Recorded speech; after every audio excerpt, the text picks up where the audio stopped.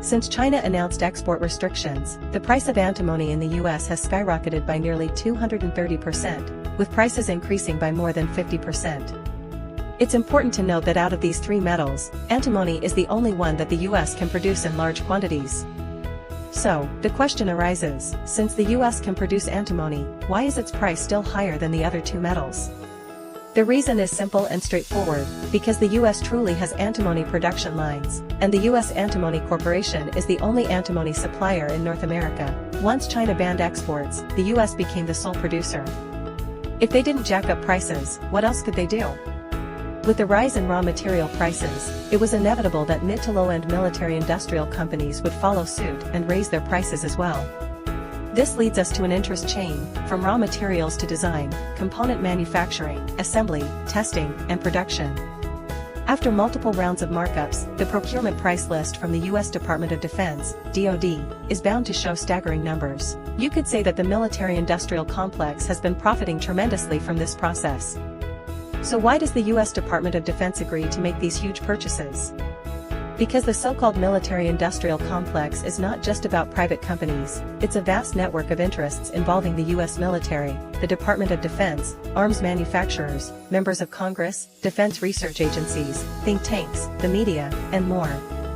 Furthermore, most financial giants and Jewish capital are involved, and no one is willing to disrupt their own interests. For instance, in 2017, the US Navy discovered that an Xbox controller could be used to control a nuclear submarine's periscope, and it worked even more smoothly. The Xbox controller costs less than $100, while a specially developed joystick from Lockheed Martin costs $36,000. I once shared a story from when I was doing research in Japan, where I met a retired US soldier. He said that during his service, he used a military-grade thermos cup made in Jiangsu, China. The same model costs only a few dozen RMB in China, but the US military purchased it for $1,200 each. Such outrageous operations from the military-industrial complex are far too numerous to count. The key issue is that this group is so large that no one can define its boundaries. Take the basic military uniform industry, for example. Many well-known brands today are service providers for US military uniforms, relying entirely on military contracts. One such company received an order from the FBI in the 1990s to produce functional pants for the entire organization. This led the manufacturer to realize there was a larger market beyond the military, and tactical clothing was born. To everyone's surprise, tactical clothing became increasingly popular, not only breaking into new markets, but even making its way into the fashion industry.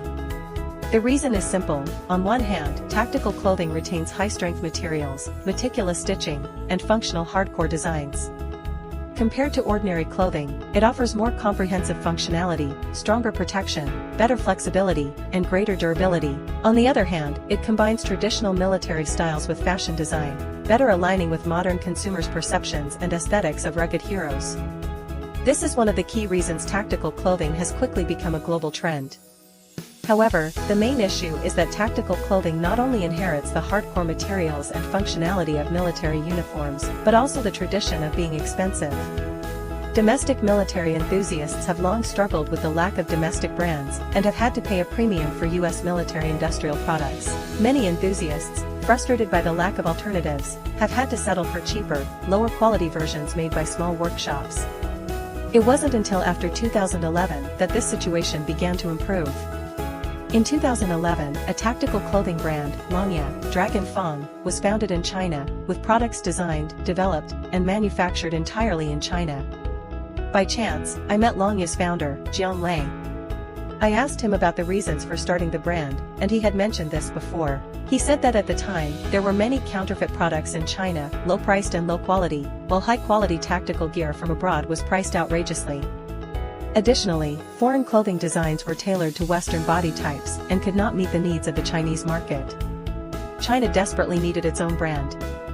However, the tactical clothing industry has very high technical requirements, and the barriers to entry were sufficient to block most investors. Jiang Lei, however, was different. He specialized in materials science, so his expertise in both military fandom and materials science helped him tackle the technical challenges. His approach was quite hardcore, using advanced technology and superior materials. Over the next decade, Longye almost became obsessed with the use of cutting-edge technology and materials, earning the nickname Material Demon and Detail Monster from its users.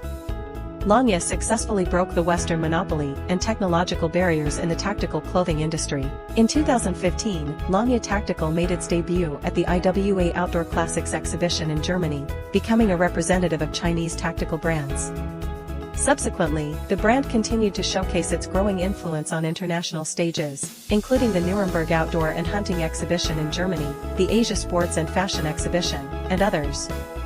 As a result, Longye attracted many foreign fans, including National Geographic explorer Leon McCarran, British survival expert John Hudson, Russian Akhmat Special Forces member Asanikayev, legendary test pilot Sergei Bogdan, and others. The brand's conquest of both professionals and military enthusiasts shows the tremendous recognition it has gained. Even Chinese actor Zhang Yi, who shares the same low-key, professionally honed approach, endorsed the brand, further expanding Longye's domestic influence. As the saying goes, truth lies in the details. Take Longye's 4th generation Special Forces jacket, which won the US Mills Design Award, as an example. Let's take a look at where Longye excels. All of Longye's products are known for their solid craftsmanship and tactical features that are suitable for daily use. First, to inherit the functionality of professional tactical clothing, Longye uses the same high-quality materials as professional military gear. This time, the Special Forces jacket uses the same Cordura fabric as military-grade combat uniforms. Of course, just having good fabric isn't enough. Considering different scenarios, tactical clothing needs to have broader applicability. For instance, in terms of storage, the jacket is designed with 12 pockets and 4 additional pockets, offering ample storage space. Whether it's your wallet or other items, it can hold them easily. Its storage capacity rivals that of a backpack. Combined with ergonomic design, retrieving items is more convenient. From Longye, we can see that while China started late, it is serious about creating strong industrial foundations in technology, quality, and materials, which has enabled the development of a full industrial chain and technological independence. This is precisely why, in the age of Trade War 3.0, we have the competence for reciprocal sanctions. When the US blocks our high-end technology, we can fight back with a supply chain war. Only those who are brave enough to shape the future and fulfill their mission can forge a new era.